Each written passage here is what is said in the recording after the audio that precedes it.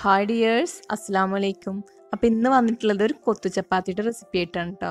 ഇത് ഉണ്ടാക്കിയെടുക്കാൻ നല്ല എളുപ്പമാണ്, ഈസി ആയിട്ട് നമുക്ക് ഉണ്ടാക്കിയെടുക്കാം. പിന്നെ കഴിക്കാനും നല്ല ടേസ്റ്റ് ഉണ്ട്, കുട്ടികൾക്കും വലിയവർക്കൊക്കെ ഇഷ്ടമാവുന്ന ഒരു ഐറ്റമാണ്.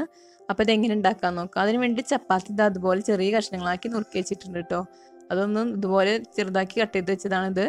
അപ്പോൾ ഇത് അരിയാനൊന്നും പണിയൊന്നുമില്ല, പെട്ടെന്ന് അരിഞ്ഞെടുക്കാവുന്നതാണ്. അപ്പോൾ ഇനി അതിലേക്ക് സവാള അതായത് 2 എണ്ണം, പച്ചമുളക് 2 എണ്ണം, ഇഞ്ചി വെളുത്തുള്ളി പേസ്റ്റ് 1 ടീസ്പൂൺ, വേപ്പില, പിന്നെ തക്കാളി 1 എണ്ണം വലുത്. ഇനി അതിലേക്ക് ഞാൻ 2 മുട്ട ചേർക്കുന്നുണ്ട് കേട്ടോ. ഇത് അതുപോലെ ഉടച്ച് വെച്ചിട്ടുണ്ട്. ഇനി ഒരു ചട്ടി വെച്ചിട്ട് അതിൽ ആവശ്യത്തിനുള്ള എണ്ണ ഒഴിച്ചിട്ട് നമുക്ക് സവാള ഒന്ന് വഴറ്റിയെടുക്കാം കേട്ടോ. അപ്പോൾ സവാള നന്നായി ഒന്ന് ബ്രൗൺ കളറാവുന്ന വരെ ഒന്ന് വഴറ്റിയെടുക്കണം.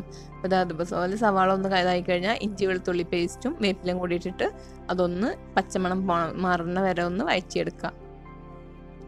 അപ്പോൾ അതൊന്ന് പച്ചമണം മാറി കിട്ടി കഴിഞ്ഞാൽ നമുക്ക് ബാക്കി പച്ചമുളക് ഉണ്ടല്ലോ അത് ആഡ് ചെയ്തിട്ട് അതൊന്ന് വഴറ്റി കൊടുക്കാം. അപ്പോൾ ഇത് നന്നായി ഒന്ന് ആയ ശേഷം നമുക്ക് ബാക്കിയുള്ള തക്കാളി കൂടി ആഡ് ചെയ്ത ശേഷം തീയൊന്ന് നന്നായി കുറച്ച് വെക്കണം കേട്ടോ. തക്കാളി സോഫ്റ്റ് ആയ ശേഷം തീയൊന്ന് കുറച്ച് വെച്ചിട്ട് ബാക്കി മസാലകളൊക്കെ ആഡ് ചെയ്യാൻ വേണ്ടിയിട്ടാണ്.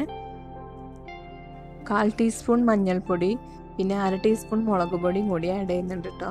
അപ്പോൾ തീയൊന്ന് നന്നായി കുറച്ചിട്ട് വേണം ഇതൊക്കെ ചെയ്യാൻ, അല്ലെങ്കിൽ മസാലകൾ കരിഞ്ഞു പോകും. എന്നിട്ട് അതിലേക്ക് ഞാൻ കോഴിമുട്ട ഉടച്ചിട്ട് അതൊന്ന് ഉപ്പിട്ടിട്ടൊന്ന് കലക്കി എടുത്തിട്ടുണ്ട് കേട്ടോ.